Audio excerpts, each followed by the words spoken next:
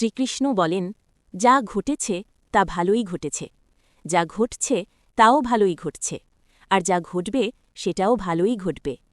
জীবনে অনেক সময় আমরা এমন পরিস্থিতির মুখোমুখি হই যেখানে সবকিছু ভেঙে পড়ছে বলে মনে হয়।